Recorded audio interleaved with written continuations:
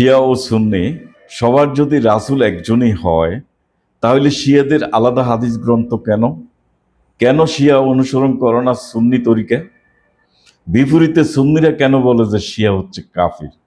এই যে শিয়া কাফির, এই কথাটা কিন্তু আপনারা শুনেছেন অনেক আলেম ওলামা বিজ্ঞজনদের মুখ থেকে। তারা সরাসরি ডিক্লেয়ার দিয়েছে যে শিয়া যারা অনুসরণ করবে তারা কাফের। তো আসলে সঠিক কে, শিয়া নাকি সুন্নি? আজকের ভিডিওতে আমরা এই সমস্ত প্রশ্নের উত্তর খুঁজব, যা কিনা প্রতিটি মুসলমানদের মনেই কিন্তু এই প্রশ্নগুলো জাগ্রত হয়। এখন মুসলমানদের এই দ্বিধা বিভক্তির ইতিহাস কিন্তু বহু পুরানো। সেই বিভক্তির সূচনা ঘটে হযরত আলীর হত্যাকাণ্ডের পর থেকে। মুয়াবিয়ার ক্ষমতা দখল, ক্ষমতা গ্রহণ এবং পরবর্তীতে রাজনৈতিক দ্বন্দ্ব, গণতন্ত্রের পরিবর্তে রাজতন্ত্র, মাযহাব ভিত্তিক শরিয়া গঠন, পারস্পরিক অসহযোগিতা, আপনার দলাদলি থেকে জন্ম নেয় সুন্নি ও শিয়া ইসলাম। অর্থাৎ ইসলাম এখন এক আল্লাহ, এক সেই রাসূল মুহাম্মদ সাল্লাল্লাহু আলাইহি সাল্লাম এবং এক কিতাব আল কোরআন। আল্লাহ আমাদেরকে শিক্ষা দিয়েছে যে ইসলাম, মুসলিম, একটি মাত্র মুসলিম দল থাকবে, যেটা যে দলটি হবে যে ইব্রাহিম হইল তার অনুসরণীয় নেতা। সেই মুসলিমকে দুর্ভাগ্যবশত আমরা কিন্তু দুটি দলে আমরা অলরেডি রূপান্তর করে ফেলেছি। একটি হচ্ছে শিয়া মুসলিম, আর একটি হচ্ছে সুন্নি মুসলিম। আমরা আসলে বিষয়টা নিয়ে কখনো ভেবেও দেখিনি। এবং প্রত্যেক দলই তারা দলকে খণ্ড বিখণ্ড করে প্রত্যেক দলই নিজেদের কাছে যা আছে তা নিয়ে তারা আনন্দিত। এটি হচ্ছে কোরআনের আয়াতের একটি অংশ, যে সূরা রুম বা 30-32 নং আয়াতের এই বিষয়টি আল্লাহ পরিষ্কার বলে দিয়েছেন। আমরা তো এখন তাই, যে সুন্নি যাদের এই হাদিস রয়েছে, তারা কিন্তু এই হাদিসের উপর আপনার অগাধ বিশ্বাস তাদের, এবং তারা খুব সন্তুষ্ট চিত্তে তারা এই হাদিসকে প্রাত্যহিক জীবনে তারা সেটা অনুসরণ করে থাকে। একই রকম আপনার শিয়াদেরও হাদিস রয়েছে নিজস্ব, তারাও সেটা অনুসরণ করে থাকে। কারোর হাদিস কেউ কিন্তু মানে না, একদল আরেক দলকে গালিগালাজ করে কাফির উপাধি দেয়। এটা কতটুকু যৌক্তিক? এটা কি ইসলাম সমর্থন করে? এখন যাকে কেন্দ্র করে শিয়া বিষয়ে এখন আলোচনা, যাকে কেন্দ্র করে শিয়াদের আবেগ ঘন ভালোবাসা, হাহুতাশ, কান্নাকাটি, তাকে নিয়ে গবেষণা করলে আপনারা বুঝতে পারবেন যে তাদের প্রধান নেতা হযরত আলী হয়তো কল্পনাও করে নাই যে তাকে ঘিরে হাজার হাজার বছর ধরে দ্বন্দ্ব আর অনৈক্য সৃষ্টি হবে। এটা হয়তো উনি যদি জীবিত থাকতেন তাহলে কিন্তু এই দুই দলকেই উনি ফিটাতেন। শিয়া মানে কি? শিয়া হচ্ছে আপনার শিয়াতুল আলী বা আলীর সমর্থক, যারা আলীকে সমর্থন করে। আলী তো রাসূলের একজন সাহাবী মাত্র। আলীর উপর তো কোনো নবুয়ত আসেনি, তিনি রাসূলও নন, তিনি একজন অনুসারী মাত্র রাসূলের। সেই যুগে যেমন ছিল আবু বকর ছিল, ওমর ছিল, ওসমান ছিল, আলী, এই বিখ্যাত আপনার সাহাবীরা যেরকম, আজকেও যারা আছেন সবাই কিন্তু একই রকম, খুব বেশি ডিফারেন্স নেই। তাদের উপরে কারোর উপর হয়তো আল্লাহর সন্তুষ্টি রয়েছে। প্রাথমিক যুগে তারা সমর যুদ্ধে রাসূলের সাথে থেকে তারা আপনার ইসলামকে সুপ্রতিষ্ঠিত করেছে। তাদের উপর আল্লাহর বিশেষ রহমত থাকতে পারে। তাই বলে এখন যারা ইসলামের অনুসারী তাদের উপর যে আল্লাহর রহমত থাকবে না, তাও তো নয়। 632 সালে, আমরা একটু পিছনের ইতিহাসে যেতে হবে। 632 সালে রাসূলের ইন্তেকাল করেন। রাসূলের ইন্তেকালের পর হযরত আবু বকর খেলাফতের দায়িত্ব পালন করেন এবং 600 তার 2 বছর পর 36 সালে তিনি ইন্তেকাল করেন। তার কিন্তু স্বাভাবিক মৃত্যু হয়েছিল। তার ইন্তেকালের পর খেলাফতের দায়িত্ব আসে হযরত উমরের উপরে। হযরত উমর 666 সাল পর্যন্ত 644 পর্যন্ত আপনার খেলাফতের দায়িত্ব পালন করেন। তারপর আহ, একটি অনাকাঙ্ক্ষিত হত্যাকাণ্ডের মধ্য দিয়ে পরবর্তী তিনি যখন শহীদ হন তখন পরবর্তী খলিফা হন ওসমান। এগুলো আমি ইতিহাস থেকে বলছি, যদি কোরআনে এ বিষয়ে কোনো কোনো ধরনের আমরা আহ, সুস্পষ্ট বক্তব্য কোরআনে নেই, একবারে অনুপস্থিত।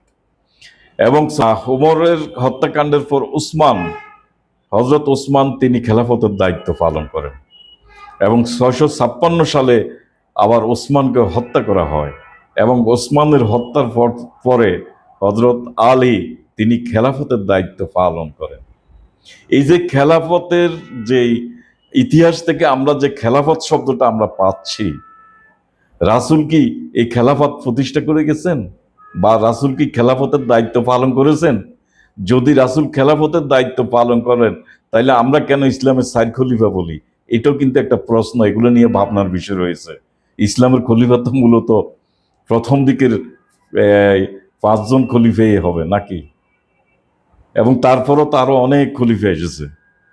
তাইলে ইসলামের প্রাথমিক যুগের 4 খলিফা কিভাবে হলো? প্রাথমিক যুগে তো আরো খলিফা ছিল অনেক। মুয়াবিয়া তো আপনার খলিফার দায়িত্ব পালন করেছেন এবং হযরত আলীর পুত্র কিছু সময়ের জন্য হলো খলিফার দায়িত্ব পালন করেছেন। তো আমরা একটা ভুল কনসেপ্ট আমাদের মধ্যে আছে যে ইসলামের খলিফা হচ্ছে 4 জন। এটা কিন্তু ভুল। আর আল্লাহর রাসূল যদি খলিফাই হতেন তো তাকে তো খলিফা হযরত মুহাম্মদ বলা হইতো নাকি, সাল্লাল্লাহু আলাইহি সাল্লাম বলা হতো। তো তার নামের আগে তো খলিফা নেই। হ্যাঁ, তাইলে এইটাই আমাদের একটা ভুল কনসেপ্ট।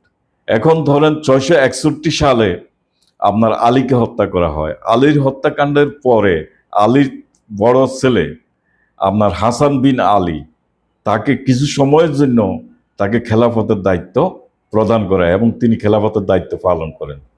এই যে আলী, এখান থেকে কিন্তু সূচনা। আপনার দেখেন, আলী মারা গেছে তাই বলে কি আলীর পুত্রকে দিতে হবে খেলাফত? তৎকালীন সময় কি আর কোনো যোগ্য লোক সেখানে ছিল না? হ্যাঁ, এখানে আপনার রাজতন্ত্রের দিকে ধাবিত হচ্ছিল যে আলী মারা গেছে তার পুত্র হবে অথবা তার ঘরের কেউ হবে, এরকম খেলাফত প্রতিষ্ঠার কিন্তু কোনো সুযোগ আপনার রাজতন্ত্র তো আর রাসূল রাজতন্ত্রের কথা বলে যান নাই। তাইলে সেখানে কি যোগ্য লোকের অভাব ছিল? নিশ্চয় নয়, যোগ্য লোক ছিল সেখানে। তাই সেই যোগ্য লোকদেরকে সিলেকশন না করে আলীর মৃত্যুর পর হাসানকে কেন ক্ষমতা দেওয়া হলো? দ্বন্দ্ব কিন্তু এখানে তারাই সৃষ্টি করেছে। এবং হাসান পরবর্তীতে কি করলো? সেই মনে হয় যে কোনো কারণে হোক সে হয়তো বুঝতে পেরেছে, তখন সে কিন্তু সে খেলাফত থেকে সরে দাঁড়ালো এবং মুয়াবিয়াকে নিকট সে অনেকটা আত্মসমর্পণ করেছে। এই যে মুয়াবিয়ার কাছে আপনার ক্ষমতাটা ছেড়ে দেওয়া কোনো ব্যক্তির কাছে, এটাও কিন্তু তিনি সঠিক করেননি। যাই হোক, ওনারা রাসূলের সাহাবী, ওনাদের সমালোচনা করা যাবে না এরকম বিষয় রয়েছে। হ্যাঁ, তো আমি আর বেশি দূর অগ্রসর হতে চাই না, কিন্তু এইসব প্রশ্নগুলো কিন্তু প্রাসঙ্গিক, এইসব প্রশ্নগুলো কিন্তু চলে আসে। তাইলে এই যে অগণতান্ত্রিক ভাবে আপনার এই অনেকটা সিলেকশন করা হয়েছে কাকে? মুয়াবিয়াকে সিলেকশন করে তাকে ক্ষমতা হস্তান্তর করা হয় এবং সেখানে একটা চুক্তি ছিল যে মুয়াবিয়া কোনো অবস্থাতে রাজতন্ত্র কায়েম করবেন না। দেখেন, ওনারা তো সাহাবী, রাসূলের কাছে ওনারা নিশ্চয় শিক্ষা পেয়েছেন, রাসূলও নিশ্চয় শিখিয়ে যাননি যে রাজতন্ত্র কায়েম করতে হবে। আমরা প্রথম যে 4 জন খলিফার নির্বাচন আমরা দেখেছি সেখানে কিন্তু খুব সুন্দরভাবে আবু বকর আপনার, তারপর ওমর, তারপর ওসমান, এরপর আলী। কই আলী তো সেখানে ভাগড়া দেননি। আলী তো প্রতিবাদ করে নাই যে আমার আগে কেন ওসমানকে ক্ষমতা দেওয়া হলো, আমার আগে কেন উমরকে দেওয়া হইলো, আবু বকরকে দেওয়া হইলো। এই ধরনের ইতিহাস তো আমরা খুঁজে পাই না। তাইলে আল্লাহ যদি, রাসূল যদি নির্বাচন করে যেতেন তাহলে তো তিনি একটা ওসিয়ত করে যেতে পারতেন, তিনি ওসিয়ত অবশ্যই করতেন। তো সেটা তো তিনি ওসিয়ত করেন নাই। যে রাজতান্ত্রিক চিন্তা চেতনার যে গোড়াপত্তন হয়েছে শুরু থেকে, সেই খেসারত কিন্তু আমাদেরকে দীর্ঘদিন দিতে হয়েছে। তো যাই হোক, এই আপনার মুয়াবিয়া উমাইয়া খেলাফত তারা প্রতিষ্ঠা করে এবং প্রায় বলা যায় যে 100 বছর তারা কিন্তু শাসন করে। তাদের পরিবার ভিত্তিক শাসন ব্যবস্থা সেখানে কায়েম হয়েছিল। 750 সালে আরেক শাসনতন্ত্র, রাজতন্ত্র আপনার অনুপ্রবেশ করে সেটা ছিল আব্বাসীয়রা। এরা ক্ষমতা দখল করে। এই আব্বাসীয়রা ক্ষমতায় আসার পর থেকে আপনার মুসলিম উম্মা এই দুই দ্বিধা বিভক্ত হতে শুরু করে। ইসলাম বা মুসলিম আর একক মুসলিম থাকলো না, খণ্ড বিখণ্ড হতে শুরু করে। সৃষ্টি হয় আপনার শিয়া সুন্নি। এই যা কাহিনী তৈরি হয়েছে, এই সব কিছু কিন্তু তৈরি হয়েছে আব্বাসীয় খেলাফতের আমলে। আপনারা সেটা জানতে পারবেন। এই বিভিন্ন ধরনের তরিকা সৃষ্টি, মাযহাব সৃষ্টি, এই সকল কিছু গোড়াপত্তন কিন্তু আব্বাসীয় আমলে হয়েছে। এর মধ্যে অবশ্য উমাইয়াদেরকেও বাদ দেওয়া যাবে না। তারাও কিন্তু তাদের ক্ষমতাকে পাকাপোক্ত করার জন্য রাসূলের নামে হাদিস বানিয়ে তারা সেটা আপনার মানুষের মাঝে ছড়িয়ে দিতেন এবং বলা হতো যে এটা রাসূলের বাণী, এটা রাসূলের কথা, রাসূলের হাদিস। সুতরাং তোমাদের সবাইকে সেটা কি করতে হবে? অনুসরণ করতে হবে। এই যে রাসূলের নামে মিথ্যা হাদিসের এই গোড়াপত্তন আপনার শুরু কিন্তু উমাইয়াদের থেকে হয়েছে। তবে সেটা লিখিত ছিল না, এটা অনেকটা মৌখিকভাবে ছিল। কিন্তু আব্বাস আব্বাসীয় আপনার এই শাসকদের পৃষ্ঠপোষকতায় সেটার ব্যাপক বিস্তৃতি লাভ করে এবং সেটার একটা লিখিত রূপ পায়। আব্বাসীয় শাসন আমলের প্রথম 100 বছর আপনার সুন্নি নামধারণ, চার মাযহাবের জন্ম এবং হাদিসের কারখানা সিয়াসিত্তা, সময়কাল 750 থেকে 900 খ্রিস্টাব্দের মধ্যে। এই 150 বছরে আপনার এই বিভিন্ন ধরনের মাযহাব কিন্তু সৃষ্টি হয়। চার মাযহাব, ষাটটি ষাটটি আপনার দলে বিভক্ত হয়ে যায়। এটা কিন্তু ঠিক হয়নি। এই ইসলামকে বিভক্তির পথে নিয়ে যায় আব্বাসীয়রা। সম্পূর্ণের উপর আব্বাসীয়রা এই জন্য দায়ী। কারণ আব্বাসীর ক্ষমতা দখল হইল 750, আর 750 থেকে 900-এর মধ্যে এই সমস্ত আপনার এই ম্যাথমেটিক্সগুলো সেখানে কি ইমপ্লিমেন্ট করা হয়। সব ফিরকা সৃষ্টি হয়ে যায় তৎকালীন সময়ে। হযরত আলীর এবং এই সময়ে একটা বিষয় ছিল, বিশেষ করে উমাইয়াদ শাসনের আমলে হযরত আলীর বংশের প্রতি তারা এক ধরনের নেতিবাচক আপনার এই বিদ্বেষ তারা আহ, ছড়িয়ে দেওয়া, এটা তাদের একটা নিত্য নৈমিত্তিক কাজ ছিল। এবং বাধ্য হয়ে আলীর অনুসারী যারা ছিল বা সেখানে তাদের একটা বংশ ছিল, ফাতেমা বংশ ছিল, এই তাদের অনুসারীগণ আপনার এক পর্যায়ে এসে শিয়া নাম ধারণ করে এবং নানা তরিকার উদ্ভব, শিয়াদের নিজস্ব হাদিস প্রণয়ন, দ্বাদশী ইমাম কনসেপ্ট পোষণ এবং ইমাম মাহাদি নামে একটি কাল্পনিক চরিত্র ধারণ করে শিয়ারা সুন্নি তরিকা থেকে একদম পৃথক হয়ে যায়। তাদের এই সমস্ত ঘটনা যেটা ঘটে, তাদের সময়কাল ছিল 900 থেকে 1000 খ্রিস্টাব্দ। একটা জিনিস দেখেন যে 750 থেকে 900 পর্যন্ত সুন্নিদের দৌরাত্ম্য, তাদের মাযহাব সৃষ্টি, সিয়াসিত্তা সৃষ্টি। আর ঠিক শিয়ারা খেয়াল করলো যে সুন্নিরা তো তাদের আহ, যে যে সমস্ত মাযহাবকে এস্টাবলিশড করলো, যে সমস্ত কিতাব অর্থাৎ হাদিস লেখা তারা শুরু করলো, আমরা যদি পিছিয়ে থাকি তাইলে তো আমাদের অস্তিত্ব থাকবে না। তাদের দেখা দেখি পরবর্তীতে আপনার প্রায় বলা চলো যে 900 থেকে 1000-এর খ্রিস্টাব্দের মধ্যবর্তী সময়ে শিয়ারাও কিন্তু নিজস্ব হাদিস গ্রন্থ প্রণয়ন শুরু করে দেয়। তাদের তরিকা কিন্তু এই সময় এই মাযহাবগুলা তাদের এই সময় আপনার তৈরি করে, সৃষ্টি করে। তাইলে এই দুইটি টাইমলাইন থেকে আমরা কি পেলাম যে সুন্নি ফিরকা এবং তাদের দেখা দেখি শিয়া ফিরকা এই 750 থেকে 1000 সালের মধ্যে এই বিভিন্ন নেতার আবির্ভাব হয়েছে, হ্যাঁ, বিভিন্ন ইমামের আবির্ভাব হয়েছে। এরা কিন্তু এই দ্বিধা বিভক্তির মহারাজা এরা সবাই। যেমন সুন্নিদের 4 মাযহাব, যেটা হচ্ছে যে হানাফি, মালিকি, শাফি, হাম্বলি।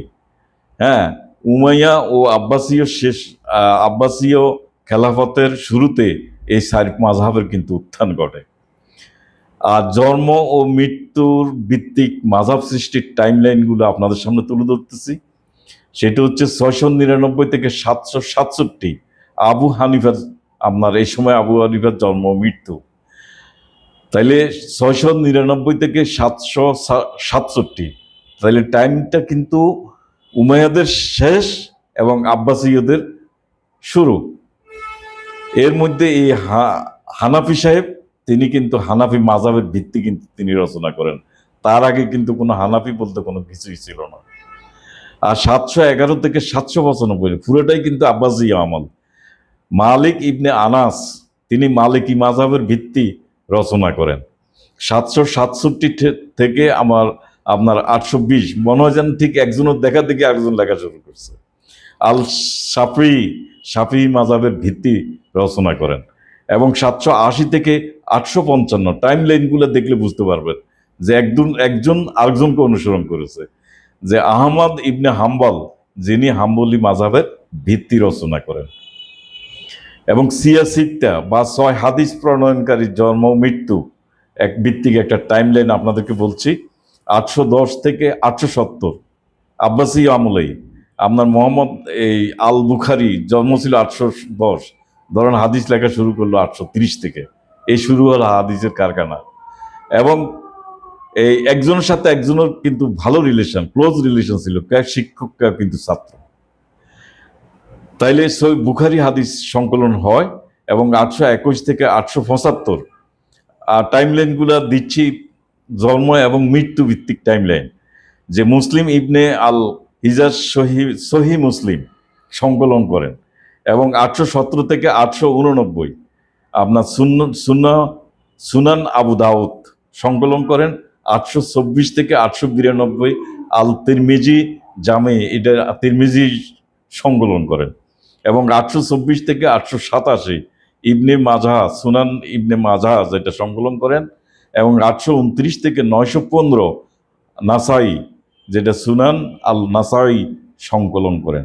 তাইলে টাইম লাইনটা দেখেন, আপনার এদের প্রত্যেকের জন্ম কিন্তু খুব কাছাকাছি, একেবারেই খুব ক্লোজ জন্মগুলো। 810-এ বুখারি জন্ম, মুসলিমের জন্ম 821-এ, 817 আবু দাউদের জন্ম, 824 হইল আমার তিরমিজির জন্ম, 824 হইল ইবনে মাজা তার জন্ম, 829 হইল নাসাই সাহেবের জন্ম।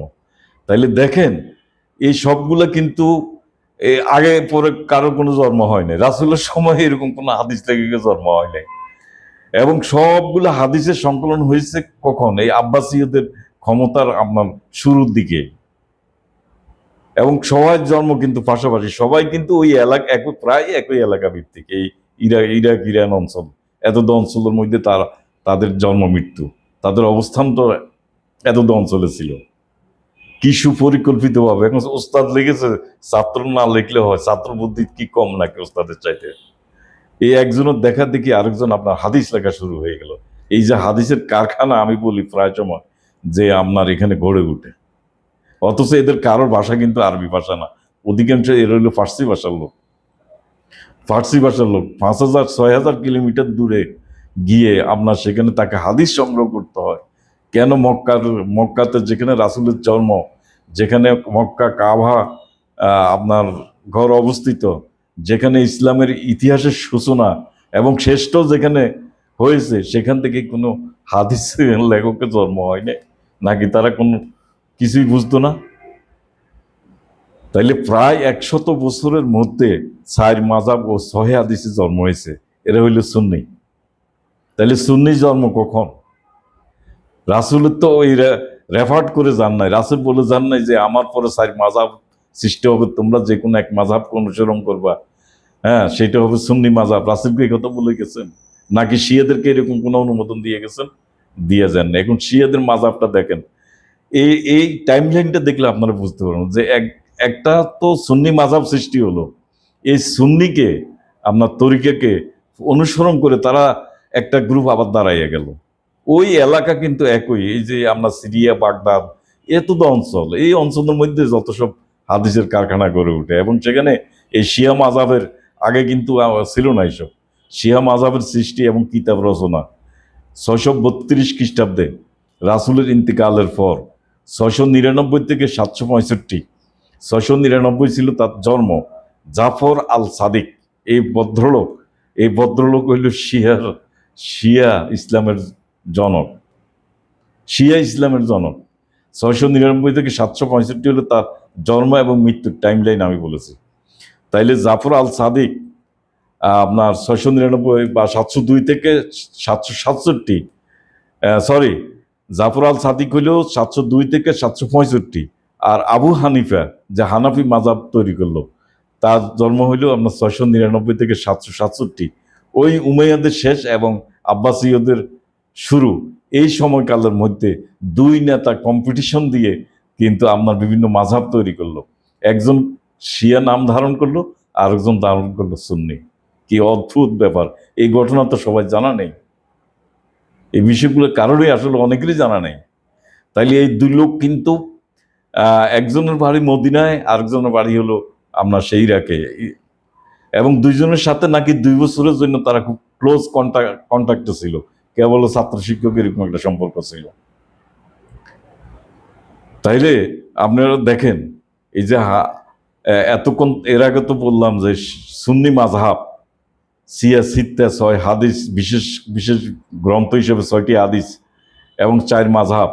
আবার অনুরূপ জাফর আল সাদিক তিনি কিন্তু ওই আবু হানিফার সাথে কম্পিটিশন করে সেও কি লিখলো, আপনার এই মাযহাব সৃষ্টি, তারার মূল নায়ক কিন্তু এই ভদ্রলোক মাযহাব তৈরি করলো, ইসলামকে দ্বিধা বিভক্ত করলো। 864 থেকে আপনার, এবার দেখেন 864 থেকে 961, এটি হচ্ছে যে মোহাম্মদ ইবনে ইয়াকুব তার জন্ম তারিখের বিষয়টা আমি বলতেছি, জন্ম মৃত্যু এই সময়কালে তার এই বয়সে, তিনি তো জন্মগ্রহণ করে লেখেন নাই, তার অনেক পরে এসে লিখেছেন। তার মানে প্রায় 900 খ্রিস্টাব্দের থেকে হয়তো তার লেখা শুরু হয়েছে। তিনি একটা হাদিস প্রণয়ন করে, শিয়াদের কথা বলছি, তার হাদিসের আল ইয়াকুব মোহাম্মদ মোহাম্মদ ইবনে ইয়াকুব আল কুলায়নি, হাদিস হচ্ছে আল কাফি। তারা আল কাফি রচনা করলো, হাদিস গ্রন্থ তারা রচনা করলো। কারা? শিয়া। 923 থেকে 991 খ্রিস্টাব্দ জন্ম মৃত্যু। ইবনে আপনার বাবা ওয়ে ইবনে বাবা ওয়ে মানলা ইয়া দুরুহুল কিতাব ফাকি, মানলা ইয়া দুরুহুল ফাকি, একটা হাদিস গ্রন্থ শিয়াদের, তারা সেটা প্রণয়ন করলো। 995 থেকে 1067 খ্রিস্টাব্দে আল শাহেক আল তুসি, এ হলো তার জন্ম এবং মৃত্যু তারিখের এর মধ্যে সময়কালে সেই রচনা করলো তাহজিবুল আহকাম এবং আল ইস্তিবসার। তাইলে তারাও কিন্তু 4টা হাদিস আপনার প্রণয়ন করলো, রচনা করলো এই সময়কালের মধ্যে। প্রায় দেখা যাচ্ছে যে কি 850 বা 800 পরের থেকে, 900-র কাছাকাছি সময় থেকে আপনার 1050-এর মধ্যে এই তাদের নিজস্ব হাদিস আপনার কি রচিত হয়ে গেল শিয়াদের। এই সমস্ত ঘটনাবলী আপনার আব্বাসীয় খেলাফতেই ঘটেছে। তাইলে 699 থেকে 767 আবু হানিফার জন্ম এবং মৃত্যুর মধ্যবর্তী সময়ে, এবং জাফর আল সাদিক 702 থেকে 765 জন্ম ও মৃত্যুর মধ্যবর্তী সময়ে তারা যে মাযহাবের শিয়া মাযহাবের ভিত্তি রচনা করে আল সাদিক, আর আবু হানিফা রচনা করে সুন্নি মাযহাব। এখন আপনার রাসূল কিন্তু একজন, অথচ শিয়া সুন্নি আলাদা হাদিস গ্রন্থ প্রণয়নের প্রয়োজন পড়লো কেন? একটা জিনিস লক্ষ্য করবেন যে সুন্নিদের দেখানো পথে কিন্তু শিয়ারা হাঁটা শুরু করলো। ইতিহাস বোঝার জন্য তথ্য গবেষণা এবং পারস্পরিক আমাদের সম্মান আসলে জরুরি। মতভেদ থাকতেই পারে, তবে তা যেন কোনো অবস্থাতেই বিদ্বেষে পরিণত না হয়, দলাদলিতে পরিণত না হয়, আমাদেরকে যেন ইসলামকে খণ্ড বিখণ্ড করতে না হয়, কোরআনকে খণ্ড বিখণ্ড করতে না হয়, দলাদলি যেন আমাদের করতে না হয়, সেটি কিন্তু আমাদেরকে লক্ষ্য রাখতে হবে। সূরা আর রুম 30-এর 31 থেকে 32 আয়াতে আল্লাহ বললেন, আর মুশরিকদের অন্তর্ভুক্ত হয়ে না। সরাসরি মুশরিক কারা? যারা তাদের দিনকে খণ্ড বিখণ্ড করেছে এবং বিভিন্ন দলে বিভক্ত হয়েছে। তাইলে বিভিন্ন দলে, এই যে বিভিন্ন মাযহাব সৃষ্টি, বিভিন্ন দলের বিভক্তি, ইসলামকে খণ্ড বিখণ্ড করা, আল্লাহ সরাসরি বলছে যে এরা মুশরিক। অথচ ওনারা খুব খুশি, সুন্নিরা খুব খুশি, শিয়ারা খুব খুশি।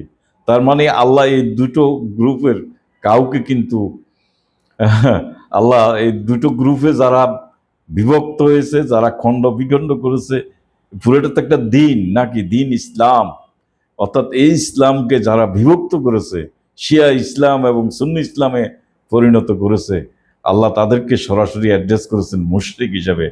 প্রিয় ভাইরা, আলেম ওলামাদেরকেও বলছি, আপনারা কি আয়াত একটু ভালো করে খেয়াল করেন নাই, লক্ষ্য করেন নাই আল্লাহ কাকে বলছে? মুসলিম, মুশরিক ট্যাগ দিয়েছে তাদেরকে।